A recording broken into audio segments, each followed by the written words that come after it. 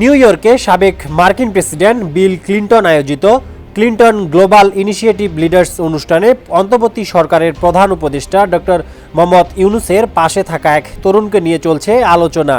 ওই অনুষ্ঠানে মঞ্চে যাদের ডাকা হয়েছিল তাদের মধ্যে ছিলেন প্রধান উপদেষ্টার বিশেষ সহকারী মাহফুজ আলম, ব্র্যাক বিশ্ববিদ্যালয়ের শিক্ষার্থী আয়েশা সিদ্দিকা তিথি এবং তৃতীয় এক তরুণ।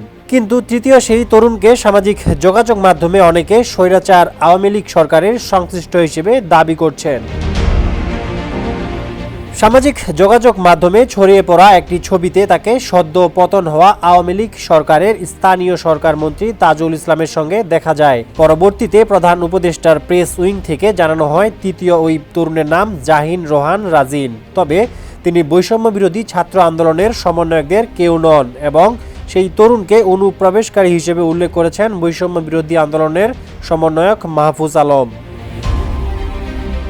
মাহফুজ তার ভেরিফাইড ফেসবুক পেজে লিখেন, ওই ব্যক্তি অনুপ্রবেশকারী এবং অসৎ। তিনি নিজ ব্যবস্থায় ক্লিন্টন ইনিশিয়েটিভের আয়োজনে যোগ দিয়েছেন।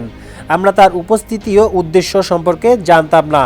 তিনি ডেলিগেশন দলের কারো সঙ্গে যোগাযোগ করেননি।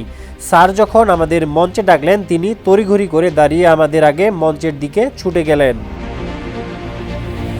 এ বিষয়ে জাহিন রোহান রাজিন বলেন, সিজিআই ফেলো হিসেবে আমি ওই অনুষ্ঠানে আমন্ত্রণ পেয়েছিলাম। ডক্টর ইউনূস যখন ছাত্র আন্দোলনের নেতাদের ডাকলেন তখন আমি দর্শক সারিতে বসে করতালি দিচ্ছিলাম। আমার পাশে বসেছিলেন দুই বিদেশি ভদ্রলোক। তারা আমাকে বললেন যে তুমি তো বাংলাদেশি তরুণ, তুমিও যাও।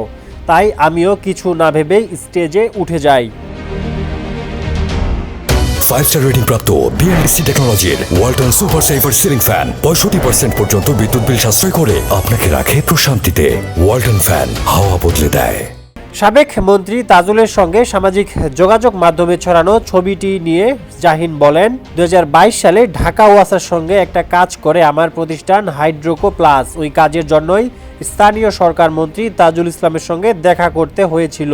সে সময় ছবিটি তোলা। ছবিটি কিভাবে সামাজিক যোগাযোগ মাধ্যমে এলো তাও আমি জানি না। নেক্সট রিপোর্ট, সমকাল।